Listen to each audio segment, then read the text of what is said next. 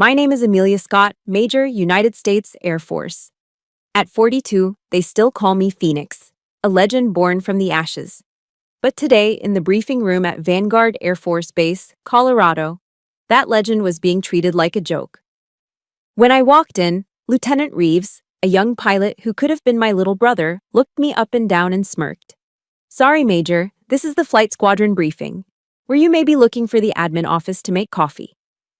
A wave of snickers rippled through the room, but the deepest cut came from Lieutenant Colonel Jake Harmon, our commander. He clapped Reeves on the shoulder, laughing. "Now, boys, let's respect our elders.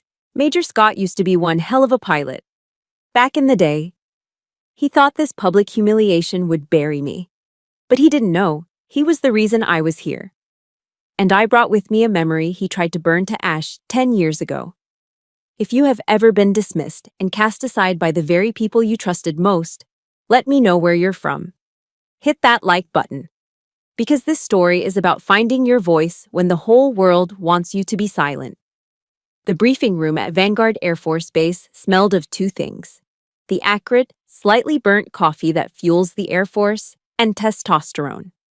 It was an atmosphere thick with the aggressive confidence of young men who believed they were immortal. Through the large plate glass window, the morning sun cast a brilliant glow on Pikes Peak, its stoic purple majesty a silent rebuke to the pettiness unfolding within these walls. I found a spot along the back wall, my posture ramrod straight, my flight suit crisp. It was a uniform I'd earned the right to wear through thousands of hours in the air and 2 combat tours. To them, it was just a costume on a museum piece. The words from Lieutenant Reeves weren't a surprise, not really. I had seen his type for 2 decades, the swagger that hadn't yet been tempered by fear, the arrogance that mistook experience for obsolescence. Were you maybe looking for the admin office to make coffee? The snickers that followed were predictable, the juvenile pack mentality of young wolves. My spine remained locked, my gaze sweeping across the room with a practiced coldness that betrayed nothing. But inside, a fist was squeezing my lungs shut. The air, already thin at this altitude, felt impossible to draw. The real blow, the one that landed with the force of a physical impact, was Harmon's. His laugh wasn't just joining in, it was an endorsement. "Let's respect our elders." He said it with a wide political smile, but his eyes, small and dark, held a flicker of genuine, malicious satisfaction. He was enjoying this. He was orchestrating it. My mind, trained to process threats in microseconds, categorized this one instantly. Not a physical enemy, but a political one, far more dangerous in the sterile corridors of a stateside base. I didn't say a word. In this arena, silence was my only armor. Decades of iron military discipline was the scaffolding holding me upright. This wasn't a show of disrespect for a superior officer. This was the calculated dismissal of a relic, a ghost they'd brought home and didn't know what to do with, other than wait for her to fade away. The suffocating silence was shattered by a new voice, one that carried the effortless authority of true command. "Major Scott, good to have you back, Phoenix 1. Colonel Mason, the base commander, stood in the doorway. He was a tall, lean man with a face carved from granite and eyes that missed nothing. He didn't shout, but his voice cut through the tension like a laser. The snickers died instantly. Lieutenant Reeves's smirk evaporated, his face paling slightly. The call sign: Phoenix 1. Hearing it from the highest authority on this base was like a splash of ice water on the room. It wasn't just a nickname, it was a title, a piece of history that every pilot in that room had heard stories about. Harmon's transformation was immediate and seamless. The smug commander vanished, replaced by an attentive, almost fawning subordinate. "Sir, we were just getting started." He strode over to me, placing a hand on my shoulder in a gesture of false camaraderie that made my skin crawl. "Colonel, I was just welcoming Major Scott to her new role." He turned back to the room, his voice now booming with forced enthusiasm. "Gentlemen, for those of you who don't know, this is Major Amelia Scott. She's a legend, and she'll be serving as our new squadron safety officer." He paused, letting the title hang in the air before delivering the poisoned pill. "Her role will be primarily supervisory, of course, observing and reporting, She won't be interfering with our operational tempo. He said it so smoothly. In one breath, he acknowledged my rank while simultaneously neutering it. I was a watchdog with no teeth, a queen in a ceremonial role, allowed to watch the real knights joust from a distant balcony. I was an outsider in my own profession, by his design. After the briefing, Harmon waved me into his office. It was a shrine to his own career, walls covered in polished plaques, challenge coins displayed under glass, and strategically placed photos of him shaking hands with smiling generals. He gestured for me to sit as he moved to a small wet bar in the corner.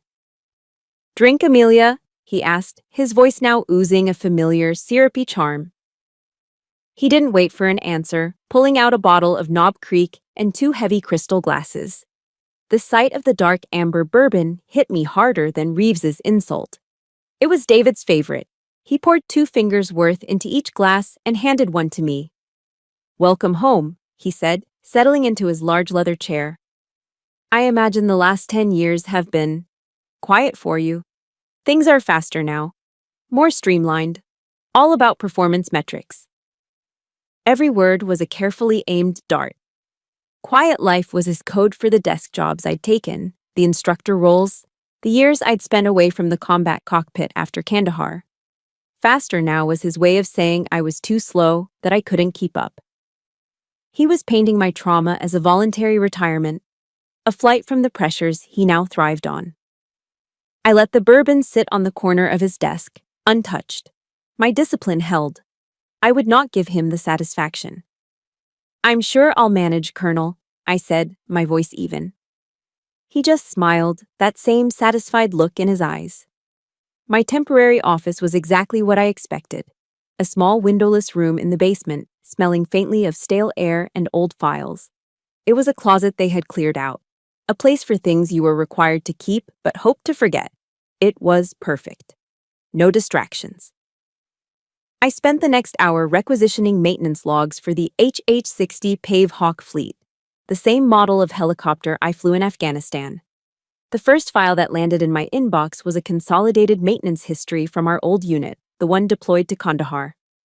I opened it, my fingers moving methodically across the keyboard. And then, I stopped. My heart didn't just stop. It felt like it seized, the muscle clenching into a cold, hard knot in my chest. There on the screen was a digital work order, dated 10 years ago, just 2 days before the crash. The subject line was stark: "Deferral of upgrade, HH-60 Fire Suppression Warning Module." It was a request to push the mandatory software update to the end of the deployment cycle to avoid grounding the helicopters for 48 hours. And at the bottom, in the digital signature block under Approving Technical Authority, was the name Captain Jake Harmon. At that exact moment, a notification pinged softly on my screen. A new email. The sender was anonymous, the subject line blank. I clicked it open. There was only one sentence. "They don't want a phoenix. They want a canary in a cage." That night, the ghost of Jake Harmon's signature followed me home. It haunted the sterile quiet of my small, rented apartment on the outskirts of Colorado Springs. It was the key that unlocked a door I'd spent a decade trying to seal shut. Sleep didn't offer an escape, it offered a reenactment. I woke up gasping, my body drenched in a cold sweat that had nothing to do with the chill of the mountain air outside. The dream was always the same, a high-fidelity recording etched onto my soul. Kandahar, the shriek of twisting metal, the percussive, deafening boom that ripped the night apart. I could still feel the wave of heat, a physical blow that blasted through the cockpit, smelling of jet fuel, burning electronics, and something else. Something sickeningly metallic and final. I could feel the uselessness of the cyclic stick in my hand, a dead weight that no longer commanded the machine. The screams were there, a chaotic chorus of terror and pain. But in the dream, I could never hear David's voice calling my name. I only heard the sound of my own failure. For 10 years, that was where the nightmare ended, in the fire and the falling. But tonight, my subconscious added a new scene, a director's cut inspired by the day's events. As the burning wreckage of our HH-60 faded, a figure emerged from the shadows. It was Harmon. He wasn't running toward the flames to help. He was standing at a distance, watching the inferno with a face that was unnervingly calm, almost placid. His expression was a cold, flat line. My grief, a formless entity of guilt and loss for a decade, now had a face. And it was a face I had seen smiling at me over a glass of bourbon just hours before. My mind, seeking refuge from the horror, drifted back further to the moments before the ash. Back to the relentless, oppressive heat of the Afghan sun. The grit of sand was a constant companion, in our food, in our beds, between our teeth.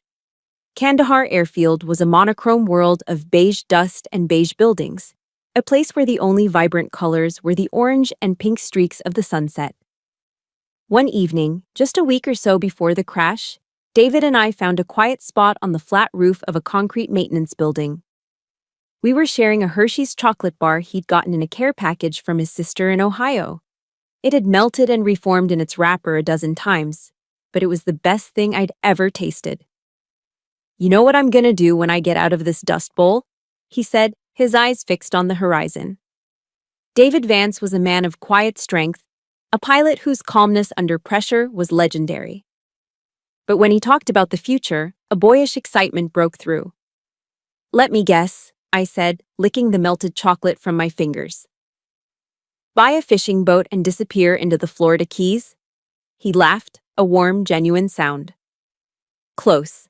I'm going to open a flight school. Not for rich kids. For kids from tough neighborhoods, kids in the system. Show them there's a way up, a way out." He believed in the sky. He believed it could save people, just like it had saved him. The heavy thud of combat boots on the ladder broke the spell. It was Harmon, then a captain and our unit's senior technical officer. He climbed onto the roof, a self-satisfied smirk already in place. "Enjoying the view, kids?" he said, clapping David on the back a little too hard. He glanced at me, then looked back at David, his words seemingly a compliment, but the subtext was sharp as a razor. "You're lucky to have David as your co-pilot, Scott. He's the real strategic thinker in the cockpit." He'd always done that. With a casual phrase or a backhanded compliment, he would subtly reposition me as the sidekick, the one lucky to be there. In his world, David was the calm, strategic male pilot, and I was the female pilot. The unspoken asterisk. David, to his credit, never bought into it. He saw me as his equal, his partner. He just rolled his eyes at Harmon and handed me the last piece of chocolate, but the seed of Harmon's condescension had been planted long before his signature ever damned us. The memory shifted again, closer to the end. The image was so clear it felt like I could reach out and touch it. We were in the cramped maintenance hangar, the air thick with the smell of grease and oil. David was holding a thin sheaf of papers, his brow furrowed with a frustration that was rare for him.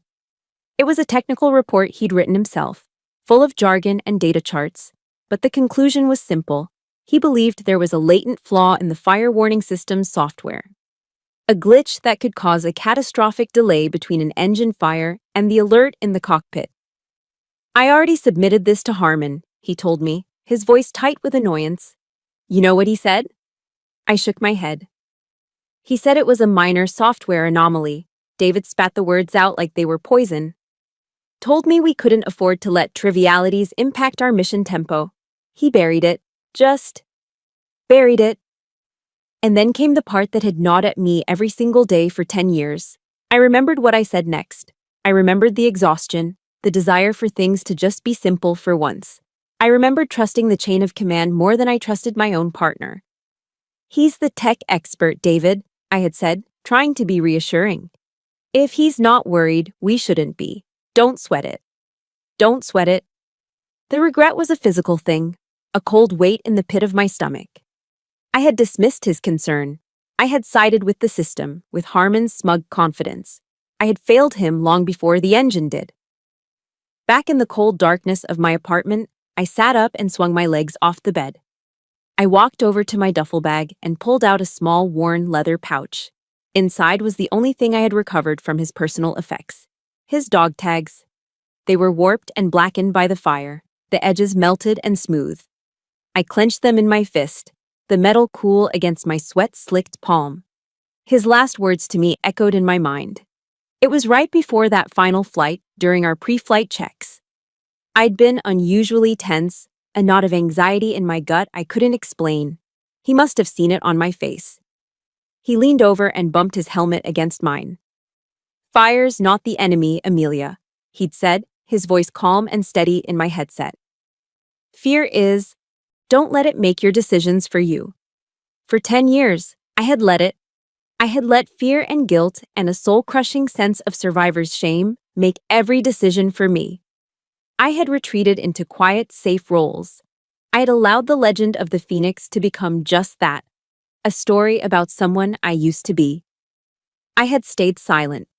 But now, sitting in the dark, clutching the last remnant of the best man I ever knew, something shifted. The humiliation in that briefing room, the condescending smile on Harmon's face, and his signature on that digital death warrant, they hadn't buried me. They had acted like a defibrillator, shocking a part of me I thought was long dead back to life. The Phoenix wasn't a myth. It was a promise. And it was time to rise. I wouldn't hide anymore. I would find justice for David, even if I had to burn Harmon's entire world to the ground to get it. The morning after my vow to David, I began my war. But this war wasn't fought with helicopters and missiles. It was fought with paperwork. It was a slow, soul-crushing battle against an enemy far more insidious than any insurgent: military bureaucracy. My objective was simple. I wanted the maintenance and performance logs for the new Skyguard simulation program, the same one Harmon was so proud of. My first request was met with a polite, automated denial. "Access requires squadron commander's signature." Fine. I filled out a new form, citing my authority as squadron safety officer, and routed it to Harmon's office. The response came back 3 days later. "Request denied. Documents classified above your clearance level." A blatant lie. I had one of the highest security clearances on the base. I tried a different approach, requesting anonymized system data instead of specific pilot logs. The answer was different, but the result was the same. System currently undergoing software upgrades. Data unavailable. Harmon had built a fortress of administrative red tape around his squadron, and I was on the outside, throwing pebbles at the walls. The other officers in the command wing started treating me like I was radioactive. Their conversations would stop when I entered the break room. Their eyes held a mixture of pity and annoyance. I was no longer Major Scott, the legendary Phoenix. I was the ghost of Kandahar, the inconvenient woman digging up a past everyone wanted to keep buried. I was a disruption to the smooth, efficient machine Harmon had built, and the machine was closing ranks to protect itself. The isolation was exhausting. My days became a monotonous cycle of submitting forms, being denied, and re-strategizing.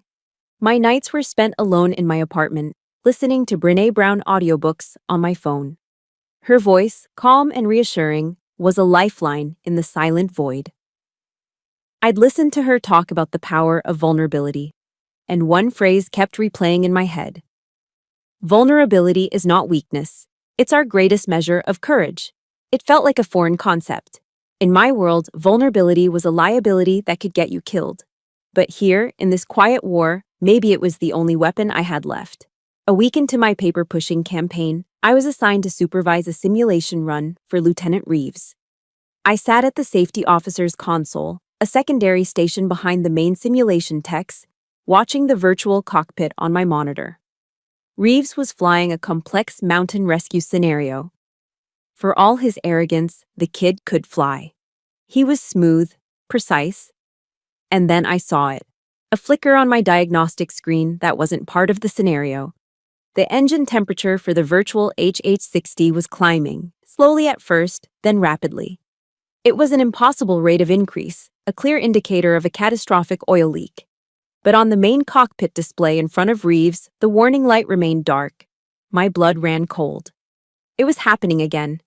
The same sequence, the same failure to warn. My hand shot out and slapped the emergency stop button. The simulation froze. The roar of the virtual rotors died, plunging the room into an abrupt, confusing silence. Reeves ripped his helmet off, his face flushed with anger. "What the hell, Major?" I was in the middle of a critical maneuver. Before I could answer, Harmon was there, appearing as if from nowhere. He glanced at my screen, then at the main display, his face a mask of bored indifference. "Just a minor software bug, Lieutenant," he said, his voice calm and dismissive. "Reset the scenario and continue." "Sir," I said, standing up, my own voice tight but controlled. That wasn't a bug. The engine was overheating. The warning system failed to activate. Harmon turned to look at me, and his eyes were like chips of ice. He wasn't speaking to me as a fellow officer. He was speaking down to a hysterical patient. "Major, let's not let our personal history cast a shadow on the training of these young men." He leaned in, lowering his voice just enough so only I and the techs nearby could hear. "Don't let your ghosts fly the simulator." It was a public execution of my credibility. He had taken my deepest trauma and twisted it into a weapon, using it to paint me as unstable, unreliable. He dismissed my professional judgment as a symptom of PTSD in front of the very pilots I was supposed to protect. I saw the look in their eyes change from confusion to a kind of smug understanding. Oh, that's what this is, the old pilot who cracked. I just stood there, my jaw clenched, the silence my only defense. That evening, I couldn't face the thought of my empty apartment. I drove to a small, all-American diner just off the highway, the kind with cracked red vinyl booths and a jukebox that probably still played Elvis. I ordered the meatloaf special. It came out dry and overcooked, sitting in a pool of greasy gravy, but I barely noticed. I was just pushing the food around my plate, the scene from the simulator replaying in my head. I felt utterly alone, completely defeated. "Major Scott?" The voice was so quiet I barely heard it. I looked up. It was Airman First Class Kara Goyan, one of the young simulation technicians. She couldn't have been more than 20, with wide, nervous eyes and hands that fidgeted with the hem of her uniform. "At ease, Airman," I said, my voice hoarse. She swallowed hard, glancing around the diner as if expecting Harmon to materialize from the kitchen. "Ma'am," she whispered, leaning closer. "What happened today?" "In the sim. It wasn't a software bug." I froze, my fork halfway to my mouth. "Someone overrode the warning thresholds," she said, the words tumbling out in a rush. "They're coded to trigger much later, to make the simulations run smoother, I guess." Before I could ask another question, she straightened up, her face pale with fear. "I have to go." She turned and practically fled from the diner, leaving me staring after her. My gaze fell to the table. She had left her paper napkin behind. I picked it up. It felt heavy. Tucked inside the folds was a tiny black flash drive, a silent act of rebellion. If you've ever been in a position where you saw something wrong and a younger colleague, someone with everything to lose, was the one who bravely stepped up, I want you to hit that like button for them. Let's show some support for the quiet courage that holds the world together. And in the comments, just type the word courage if you believe one small act can change everything. Back in my apartment, I plugged the USB into my personal laptop. It was a risk, but I had to know. The drive contained a handful of files, raw system logs, lines of code, and a time-stamped event journal from the simulation. It was all there, clear as day. A manual override of the safety parameters logged under an administrator's account just minutes before the simulation began. Kara had given me the smoking gun. She had put her entire career, her future, in my hands. I thought of Brené Brown's words again. Courage is showing up and letting ourselves be seen. Kara, a young airman with everything on the line, had shown up. She had let me see the truth. Now it was my turn. I had to be worthy of that trust. I had to be her shield. Trust is a fragile currency in the military, easily spent and hard to earn. Kara Goyan had handed me a fortune, and I knew I had to protect her investment. I sent her a coded, single-word text. Sunrise. And then a map pin. I chose a place that was public, yet offered privacy. The Perkins Central Garden Trail at Garden of the Gods. No one would think twice about two servicewomen out for an early morning hike. The dawn was spectacular. The first rays of sun ignited the colossal red sandstone formations, setting them ablaze against a crisp, cobalt blue sky. The air was thin and cold, smelling of pine and damp earth. I saw Kara waiting for me near the base of a towering rock spire. She was shivering, though I couldn't tell if it was from the cold or from fear. "You did a brave thing, airman," I said, my voice low. She hugged her arms to her chest, her breath coming out in white puffs. "I almost didn't," she confessed, her voice trembling slightly. "After you left the sim room, Colonel Harmon kept the lead tech and me behind. He told the tech to calibrate the safety parameters. He said we needed to optimize training time and cut down on nuisance warnings." She looked up at me, her young face a portrait of conflicted duty. "It's wrong, ma'am. I joined the Air Force because my dad was a crew chief. He always said the machines have to be perfect because the lives inside are priceless. What Colonel Harmon is doing, it feels like a betrayal of that. I saw in her a younger version of myself, idealistic, fiercely committed to doing the right thing, and terrified of the consequences. I thought of Brené Brown's idea of daring greatly, of stepping into the arena and allowing yourself to be seen. This young airman had just stepped into a very dangerous arena. It was my duty to make sure she wasn't alone. I put a hand on her shoulder, my grip firm and reassuring. "You're not betraying anything, Kara. You're honoring it. You have my word. I will protect you. We're going to get through this together." It wasn't just a promise from a major to an airman. It felt like a promise from an older sister, a commitment I hadn't realized I was capable of making. Later that week, I was on the observation deck overlooking the flight line, monitoring a live fire training exercise. Lieutenant Reeves was in the lead helicopter. He was pushing the envelope, executing a series of aggressive, high-speed maneuvers through a canyon course. Too aggressive. I saw him misjudge a turn, his rotor wash kicking up a blinding cloud of dust as his tail swung dangerously close to the canyon wall. The radio crackled with the panicked voice of his co-pilot. "Watch your six, Reeves. You're too close." But Reeves was fighting the controls, overcorrecting. Instinct took over. I keyed my mic. My voice was calm, cutting through the static. "Reeves, Phoenix 1, stop fighting the skid. Ease off the collective, nose down 5 degrees. Let the aircraft stabilize itself." There was a moment of silence on the radio. He could have ignored me. He could have told the old relic on the ground to stay out of it. He didn't. I watched on the monitor as he followed the instructions precisely. The helicopter settled, the wobble disappeared, and he smoothly exited the canyon. When his team landed, Reeves climbed out of the cockpit, his face pale under his helmet. He walked past the ground crew, his path taking him right by me. He didn't say a word. He didn't even make eye contact. But as he passed, he gave a short, almost imperceptible nod. It wasn't an apology, and it wasn't gratitude. It was something else. A flicker of respect. A crack in the wall of his prejudice. It was a start.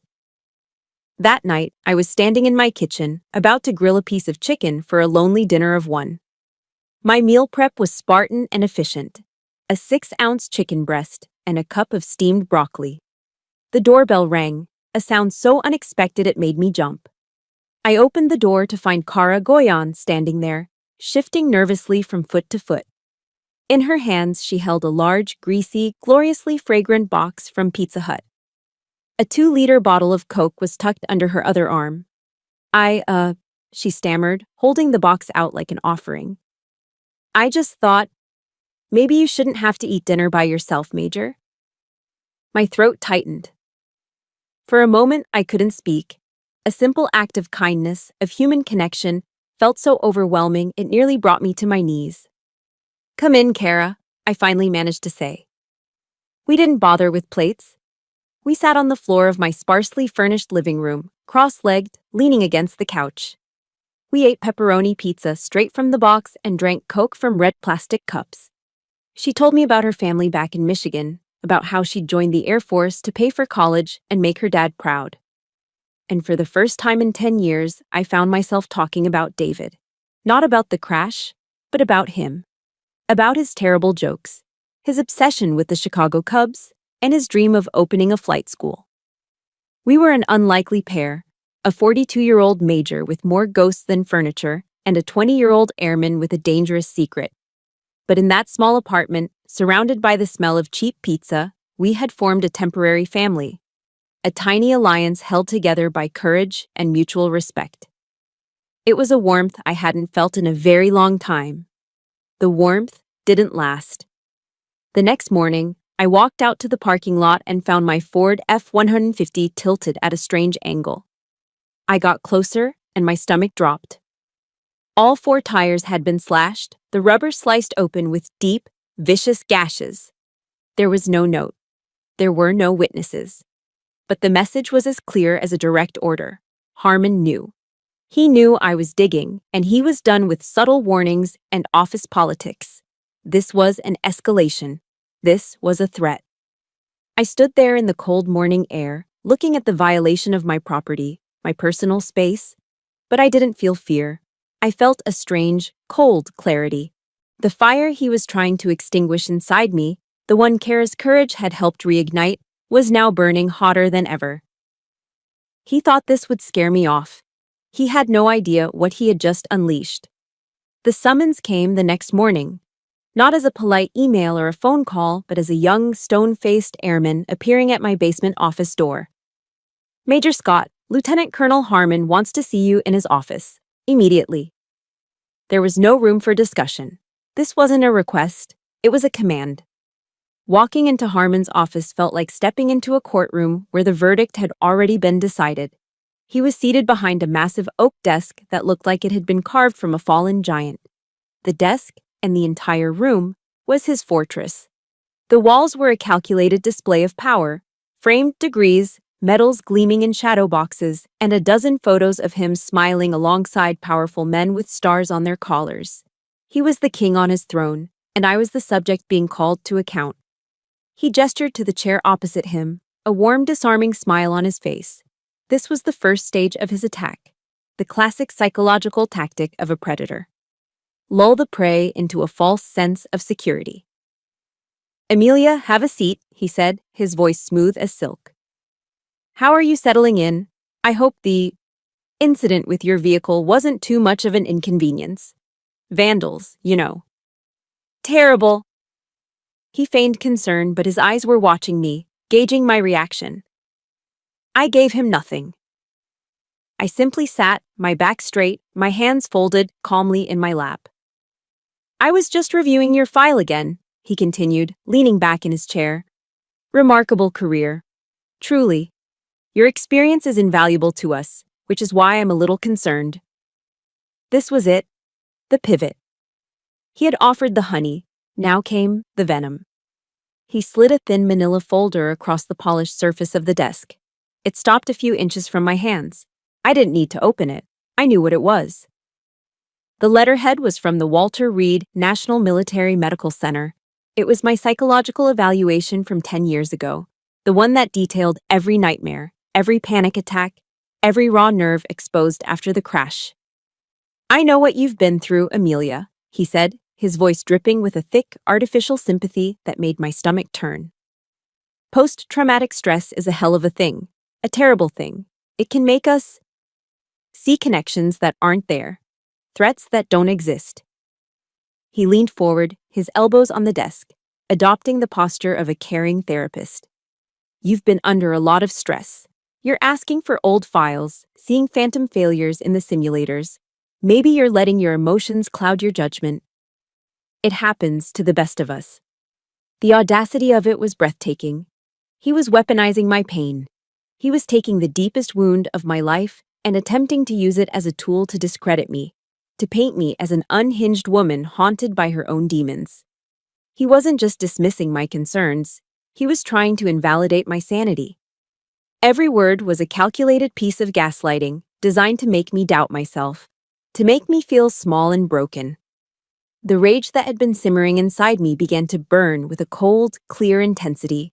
I met his gaze and held it, my silence a shield against his poison. My refusal to crumble seemed to frustrate him. The mask of the concerned commander slipped, and the predator underneath emerged. His voice dropped, losing its warmth and taking on the hard, sharp edge of tempered steel.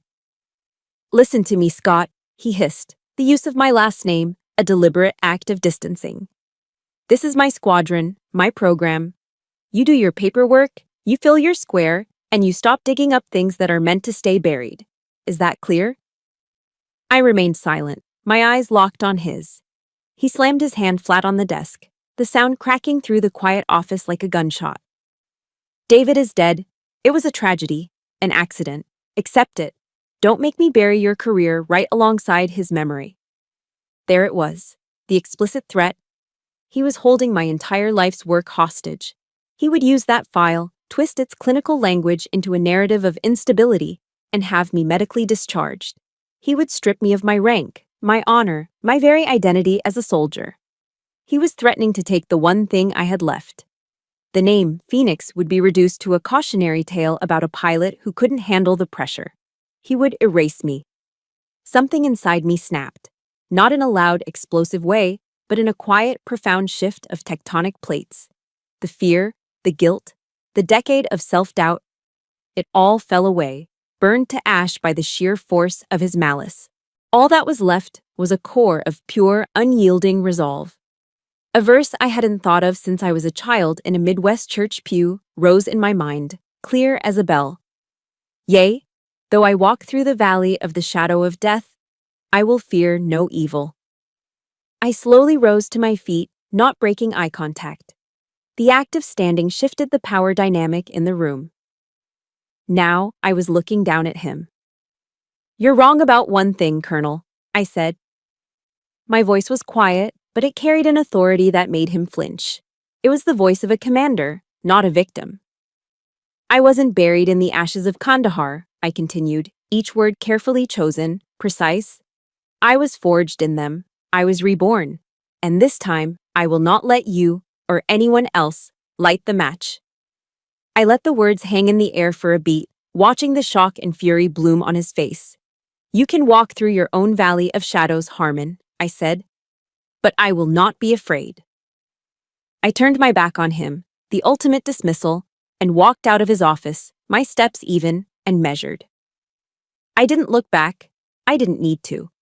The war was no longer a quiet one. The battle had been declared. The day of Lieutenant Reeves's final check ride felt less like an evaluation and more like a coronation. The control room for the advanced simulator was packed.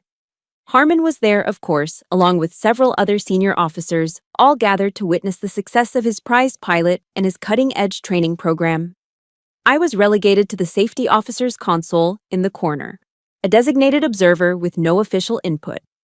My presence was a formality, a box to be checked. Harmon was in his element, holding court. He stood behind Reeves's chair, a hand on the young pilot's shoulder, projecting an aura of smug satisfaction. Reeves, fueled by this confidence, was flawless. He moved through the initial scenarios: in-flight refueling, low-altitude troop insertion, bad weather navigation. With a fluid, almost arrogant grace. From the corner of my eye, I could see Harmon glance in my direction every few minutes, a triumphant smirk playing on his lips. His expression was clear. See? My system is perfect. You and your ghosts are irrelevant. The air in the room was thick with a self-congratulatory confidence that made my skin prickle. Then, the final scenario initiated. The words flashed on the instructor's screen. Dual engine fire on takeoff. It's one of the worst-case scenarios a pilot can face. A catastrophic failure at the most vulnerable moment. In the simulator, a sudden jolt shook the cockpit. Red lights, which should have been flashing, remained dark. But the audio alarms began to scream. A chaotic symphony of synthesized warnings and urgent pre-recorded voices. Engine 1 fire, Engine 2 fire, Mayday, Mayday, Mayday. This is where training is supposed to take over. Muscle memory. The methodical, practiced calm that separates pilots from passengers. But Reeves had been trained in a flawed system. He'd been conditioned by safety parameters that were designed to be ignored. Instead of immediately cutting fuel to the engines and initiating the fire suppression systems, he reacted with a fatal instinct. He tried to outfly the problem. He pulled back on the cyclic, trying to gain altitude to power through the failure. It was the single worst thing he could have done. The virtual HH-60 now a powerless glider with two flaming engines, lost all lift. On the main screen, the horizon began to spin violently. The helicopter entered an unrecoverable death spiral. The altitude reading on the display was plummeting. 1,000 feet, 700, 500. In the control room, the smug confidence evaporated, replaced by a stunned, horrified silence. Reeves and his co-pilot were frozen, their faces ashen, their hands locked on the controls as they stared at their impending doom. And Harmon. Harmon was useless. He just stood there, his mouth slightly agape, his eyes wide with disbelief. The architect of the system was paralyzed, unable to utter a single command as his creation spiraled into the ground. There was no time to think, only to act. The ghosts inside me didn't just fly the simulator, they took command.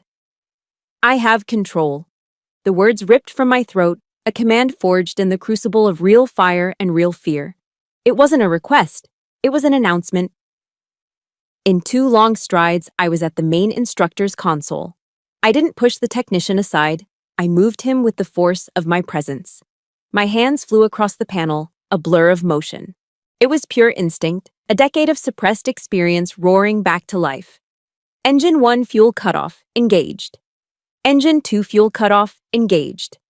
Fire suppression system, discharged. Main rotor disengage, auto rotation entry. The movements were precise, economical, drilled into me by hundreds of hours of real-world emergencies.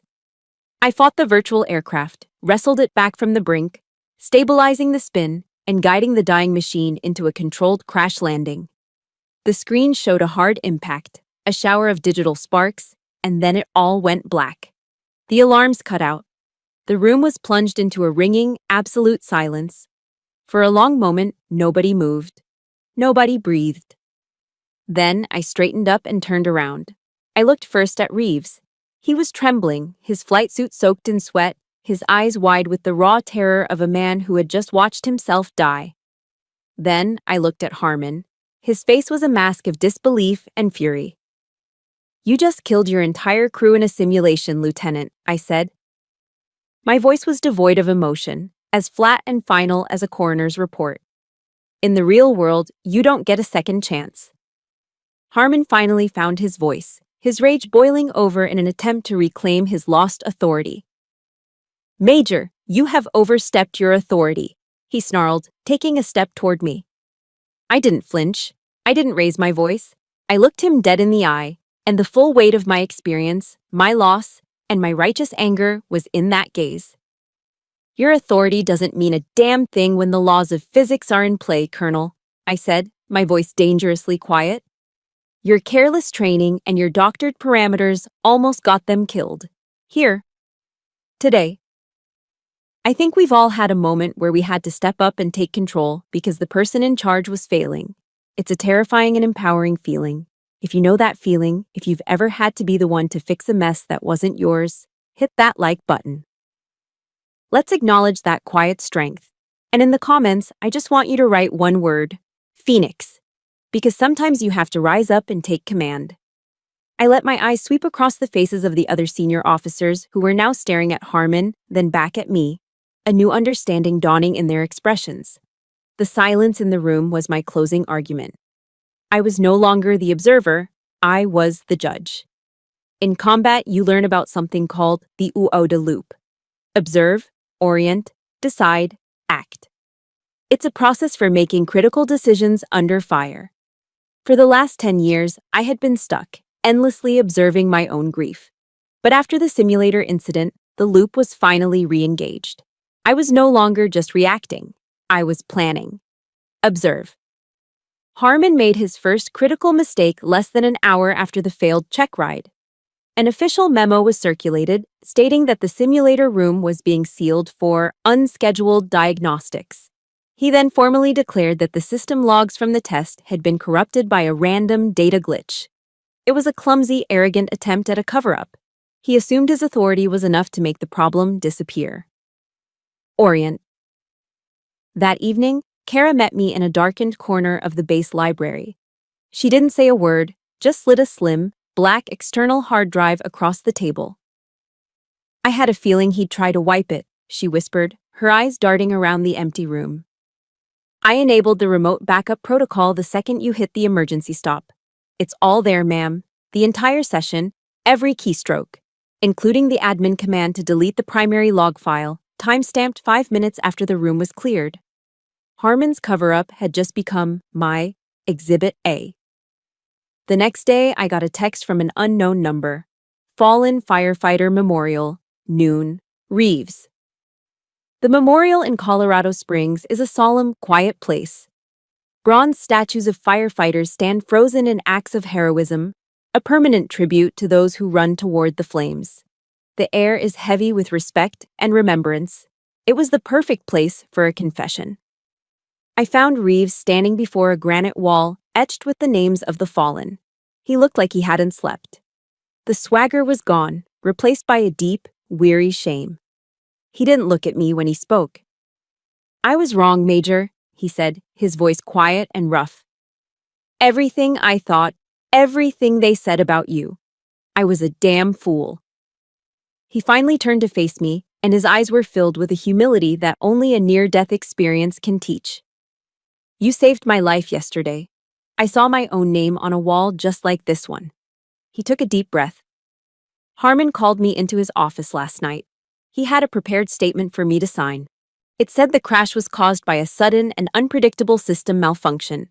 He wanted me to be his star witness, to lie for him. What did you do? I asked. I told him I wouldn't, Reeves said, a flicker of his old defiance returning. I told him I would only report what actually happened, that his training was flawed, and your intervention was the only reason I'm still standing here. He had just signed up for the fight. He was no longer just a pilot, he was now my star witness. Decide. That night, armed with Kara's hard drive and Reeves's testimony, my course of action was clear. Harmon's current negligence was proven.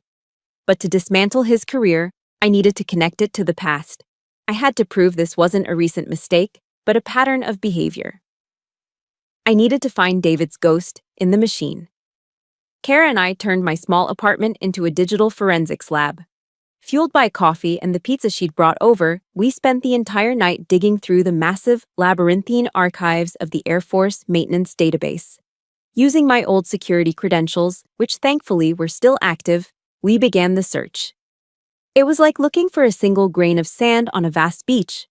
We searched for Harmon's name, for our old unit number, for any maintenance reports on HH-60s in the Kandahar sector during our deployment.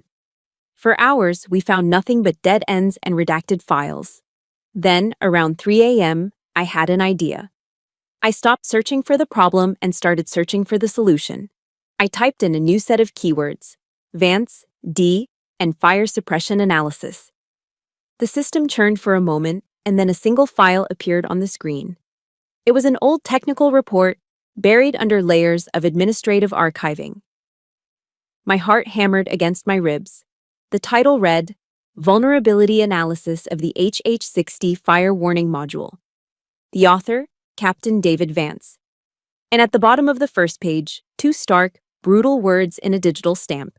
Status, denied, denying. Officer, Captain Jake Harmon. We had found it. The smoking gun.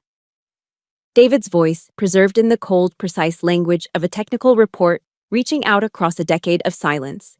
It was the irrefutable proof that Harmon knew. He had known there was a risk, and he had buried it to protect his mission tempo. He had traded David's life for a clean progress report. Act. The next afternoon, I saw Harmon walking across the main parade ground, chatting amiably with another officer. The time for hiding was over. The time for fear was over. I changed my path to intercept him. He saw me coming, and his easy smile tightened. He dismissed the other officer and stood waiting for me, his arms crossed, a look of defiant arrogance on his face. This wasn't his office. He had no desk to hide behind. Here, we were just 2 officers on a patch of open ground. I stopped a few feet from him. I didn't raise my voice. I didn't show him the hard drive or the printout of the report. I gave him just one simple sentence, delivered with the cold weight of absolute certainty. I found David's report. For a split second, the mask of the confident commander disintegrated.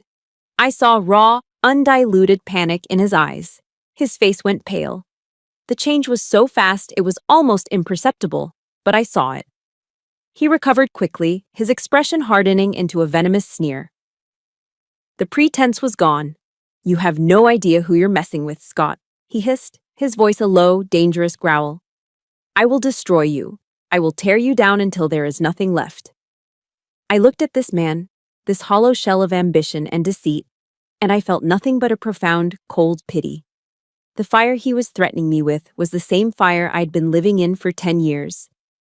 "You can't destroy something that's been forged in fire, Harmon," I replied, my voice calm and steady. He had no power over me anymore. "This is over." After my final confrontation with Harmon, I laid all my cards on the table. I went directly to Colonel Mason, presented him with the hard drive, Reeves's statement, and a copy of David's decade-old report. An official inquiry was launched. The hearing was scheduled for the following week. The night before the hearing, the fire alarms across the base erupted in a deafening, high-pitched scream. My heart seized. I threw on my boots and ran outside. A sickening orange glow was pulsing against the night sky, coming from the direction of the main hangar complex, the hangar that housed the simulators. When I got there, it was chaos.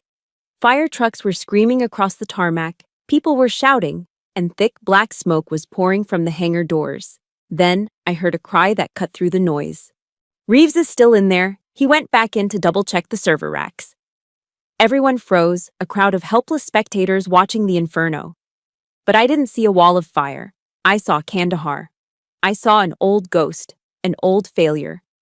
And I knew, with absolute certainty, that I would not let it happen again. There was no thought. There was only instinct. I grabbed a portable fire extinguisher from a nearby truck and plunged into the smoke-filled hangar without a second's hesitation. The heat was a living thing, searing my lungs, blistering my skin. Through the choking blackness, I found him. Reeves was on the floor near the server room, unconscious, overcome by the smoke. I hooked my arms under his and began to drag him, my muscles screaming in protest, my lungs burning.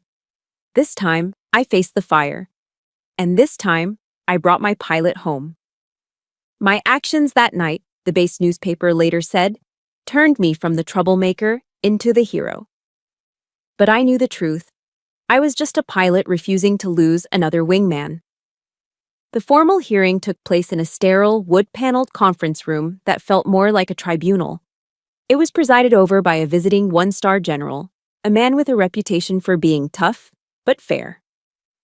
Harmon sat at one end of the long table, flanked by a legal officer. He looked composed, confident, ready to manipulate this system just as he had manipulated everything else. I sat at the other end, my left hand lightly bandaged from the burns. I wasn't there to plead or to persuade. I was there to present facts. One by one, I laid out the evidence. I presented the maintenance logs for the simulator, showing the clear pattern of overridden safety parameters. I submitted the external hard drive with the untampered data from Reeves's failed check ride, a perfect record of the crash Harmon had tried to erase. And then I placed the printout of David's report on the table. "And this, sir," I said, addressing the general, "is a technical analysis written 10 years ago by Captain David Vance, identifying the exact software flaw that led to the deaths of him and his crew. A report that was denied by then-Captain Jake Harmon." Harmon's lawyer jumped to his feet. "Objection. This is conjecture." Colonel Harmon made a judgment call based on the data available at the time. The major is connecting unrelated incidents, driven by her own well-documented personal trauma regarding the events in Kandahar. Harmon leaned into his microphone, his face a mask of solemn reason. "Sir, this is simply a tragic case of administrative oversights being misinterpreted by a grieving officer. My record and the performance of my squadron speaks for itself." He was so smooth, so believable. For a moment, I saw a flicker of doubt in the general's eyes. "General," I said, my voice steady, "I have one final piece of evidence." On cue, the door opened and Airman Kara Goyan walked in. She was now under official witness protection and carried herself with a new, quiet confidence. In her hands was the simulator's black box recorder, recovered intact from the fire. "Airman Goyan," Please present the item to the general. Kara placed the hardened steel box on the table. Sir, she said, her voice clear. In recovering the primary data, I found a corrupted audio file in an archived log from our unit's time in Kandahar. I was able to restore it. My heart was pounding. This was it. David's last stand. The file appears to be a voice note left by Captain Vance for Captain Harmon on the internal maintenance comms channel, logged the day before the crash. With your permission, sir, I'd like to play it. The general nodded. Proceed. I hit play on the laptop connected to the room's speakers. A crackle of static filled the room, and then his voice, David's voice, clear and strong and alive, echoing across a decade of silence. Jake, it's Vance. I'm looking at this fire suppression module again. The diagnostic is still flagging it. This isn't a glitch, man. There's a real problem here. If we keep flying without addressing this, and something happens, we're not just negligent. We're complicit. Call me back. The room was utterly silent. It was a voice from the grave, a direct, irrefutable accusation. The color drained from Harmon's face. He looked like he'd been shot. The calm, confident facade crumbled into a mask of pure, abject panic. And then, the door at the back of the room opened again. Lieutenant Reeves walked in, his arm in a sling, a bandage on his forehead. He walked to the center of the room, came to attention, and rendered a sharp salute, not to the general, but to me. Sir, Reeves said, turning to the general, I am here to state for the record that Lieutenant Colonel Harmon personally ordered me to sign a false statement regarding the cause of my simulator crash. I refused then, and I am here now to tell the truth. It was over. The lies had completely unraveled. The voice from the past and the testimony of the present formed an inescapable cage of truth around Jake Harmon. The general stood up slowly. He stared at Harmon, and his eyes held a look of such profound contempt that it seemed to physically shrink the man in his chair. He didn't even speak to him. He turned his gaze to me, and the hardness in his expression softened. Major Scott, he said, his voice resonating with authority and something else. Respect. Welcome back, Phoenix. The sky needs pilots like you. Justice had been served. The weeks following the hearing were a blur of official proceedings and quiet congratulations. The adrenaline of the fight faded, leaving behind a strange, hollow calm. Victory, I discovered, was much quieter than the battle. 3 months later, the final judgment came down. Jake Harmon was found guilty on multiple counts, including dereliction of duty and conduct unbecoming an officer. He was stripped of his rank and dishonorably discharged. The day of his court-martial, I didn't go. I had no desire to witness his downfall. My victory wasn't seeing him broken, it was seeing the truth acknowledged. His fate was just a footnote. The good guys won, too. Kara was promoted to senior airman ahead of schedule and awarded the Air Force Commendation Medal for her integrity and courage. She was transferred to a top-tier cyber warfare unit, her talents finally recognized. Reeves, after recovering from his minor injuries, returned to flight duty a different man. The arrogance was gone, replaced by a quiet humility and a fierce dedication to his craft. He would stop by my office sometimes just to talk, not about the past, but about the future of flight safety. A fragile, respectful friendship began to grow. Then came the offer from Washington. The top brass, eager to turn a public relations disaster into a story of heroism, offered me a prestigious position at the Pentagon. It was a fast track to a full colonelcy, a corner office, a comfortable and powerful end to a turbulent career. It was the dream of so many officers. I thought about it for a week. I pictured the polished hallways, the endless meetings, the political games played far from the smell of jet fuel and the roar of engines. I had seen the system from the inside, seen how men like Harmon could thrive in the shadows of bureaucracy. I knew that real change didn't happen in those sanitized, powerful offices. It happened on the flight line. It happened in the briefing rooms. It happened in the hearts of young pilots. I respectfully declined the Pentagon's offer. Instead, I made a counter-proposal, a bold one. I asked for command of the training squadron at Vanguard. I asked for the authority to tear down Harmon's flawed program and rebuild it from the ground up. based on the principles of integrity, transparency, and the hard-won lessons of the past. To my surprise, they agreed. One cool evening, as the sun began to set behind the Rockies, I drove to the cemetery at the Air Force Academy. David's grave was on a gentle slope, marked by a simple, elegant white headstone. I had avoided this place for a decade. It felt too final, too quiet. But now it just felt peaceful. I sat on the grass beside the cold stone, the silence broken only by the whisper of the wind through the ponderosa pines. I didn't cry. The time for tears was long past. I just sat there and talked to him, my voice a low murmur. I told him about Harmon, about the simulator, about Kara and Reeves. I told him how his voice, his words from a decade ago, had been the key that unlocked everything. "I did it, David," I whispered, my fingers tracing the letters of his name carved into the marble. I finally stopped letting fear make my decisions for me. From the leather pouch I always carried, I took out his burnt dog tags. For 10 years, they had been a physical weight in my pocket, a constant heavy reminder of my failure. I gently placed them on top of his headstone, a final offering. But as I pulled my hand back, my fingers hesitated. I picked them up again. The metal felt different in my palm. It wasn't a burden anymore. It was a part of me. A reminder not of loss, but of the truth we fought for. I slipped them back into my pocket. That night, back in my apartment, I did something I hadn't done since I was a young cadet writing home to my parents. I sat down and wrote a letter. It wasn't on a computer. I used a simple pen and a sheet of plain white paper. The letter had no recipient, no address. It would never be mailed. The salutation was simple. To the woman I was. I wrote to the 32-year-old Amelia Scott, the one who was so full of confidence and so blind to the quiet corruption around her. The one who had trusted the system, who had told her best friend not to worry.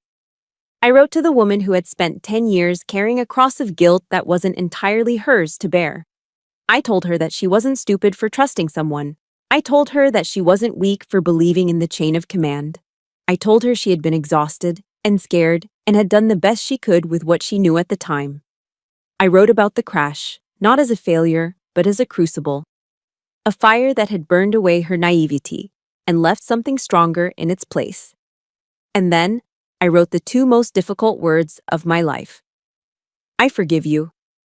By forgiving that younger version of myself, I felt a profound shift, a release I hadn't known was possible. It was as if I'd been holding my breath for 10 years and could finally exhale. I wasn't just freeing myself. I was finally letting David's spirit rest, separating the memory of the man I loved from the tragedy that took him.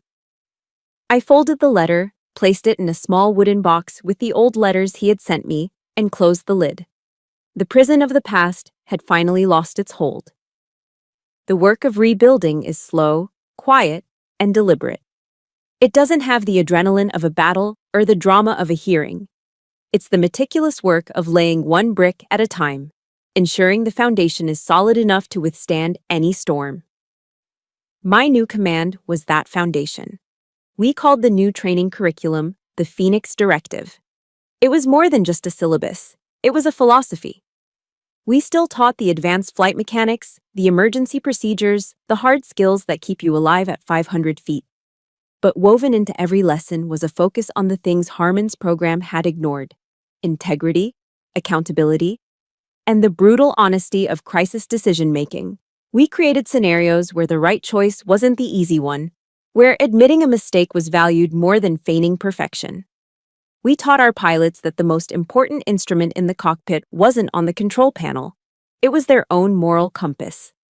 Kara, before she left for her new post, volunteered her time to help me design the new simulation protocols. She built in safeguards and transparent logging systems that made it impossible for anyone to ever manipulate the data again. And the first student to enroll in the pilot course, the first to test the new system, was Lieutenant Reeves. He wasn't just a student, he was a testament to the program's purpose. He was living proof that we could learn, that we could change, that we could be better. We weren't just training pilots anymore. We were forging leaders who understood that courage wasn't the absence of fear, but the choice to do the right thing, in spite of it. One evening, I was in my new office, one with a window overlooking the flight line, when an email popped up on my screen. It was from Reeves. The subject line read, Training Sortie Report. The body of the email was a concise, professional summary of a successful high-altitude rescue simulation he'd just completed. But it was the closing that made me stop. He had signed off with his new official call sign. It read, Respectfully, Lieutenant Scott Reeves, Vector. Vector, not Vance. Something new but with a clear direction, a clear lineage. The name honored the past without being trapped by it. It was about moving forward, carrying the best parts of what came before into the future. I leaned back in my chair and smiled, a genuine, unburdened smile. David would have been proud of this kid. His legacy wasn't just a memory, it was alive and flying in the next generation. The story ends as it began, in the sky. A few months later, I'm sitting in the left seat of a brand new H-60W Pave Hawk, the latest and greatest version of the bird that has defined my life. The smell of the cockpit is different. Less oil and metal, more clean electronics and composite materials. But the soul of the machine is the same. To my right, in the co-pilot seat, is Reeves. We're conducting his final evaluation flight together. Before we start the pre-flight checklist, I reach into my flight suit pocket and pull out David's dog tags. The metal is still warped and blackened, a permanent scar. But it no longer feels heavy with grief. Using a small strip of military-grade Velcro, I secure the tags to a flat, open space on the main instrument panel, right next to the attitude indicator. They're not a memorial to the past anymore. They're a compass for the future. I look at them not with pain, but with a quiet, profound gratitude. Ready to fly, Vector? I ask, my voice calm in the headset. Ready, Phoenix, he replies, his voice steady and confident. I run through the checklist, my hands moving with an easy, familiar grace over the controls. With a final flick of a switch, the twin turbine engines whine to life, the rotor blades beginning their slow, powerful sweep, turning the air into a blur above us. As I gently pull up on the collective, the powerful machine lifts off the ground, light as a feather. We climb, leaving the hard lines and shadows of the base behind. Below us, the vast expanse of Colorado Springs begins to shrink, and ahead, the sun is just beginning to crest the horizon, painting the sky in brilliant strokes of orange, pink, and gold. For the first time in a decade, I feel a sense of peace so complete it's almost overwhelming. I finally understand what it truly means to bring them home. It wasn't just about getting your crew back to base. It was about the long, difficult journey of bringing your own soul back from the fire. The smoke has cleared, the ghosts have been laid to rest, and ahead of me, there is nothing but a clear, blue, wide-open sky. I'm no longer flying to escape something. I'm flying because it's who I am. It's where I belong. I am, finally and truly, the Phoenix. That open sky wasn't just my new beginning. It's a reminder for all of us. My story started from a place of being dismissed and silenced, a feeling I know many of you have shared. If this journey has resonated with you, if it has given you a piece of strength to find your own voice, that is the greatest mission I could ever hope to fly. Thank you for being my wingman on this journey. Please hit that subscribe button and turn on notifications, because there are so many more stories of resilience and justice to share. Your support helps keep these stories alive.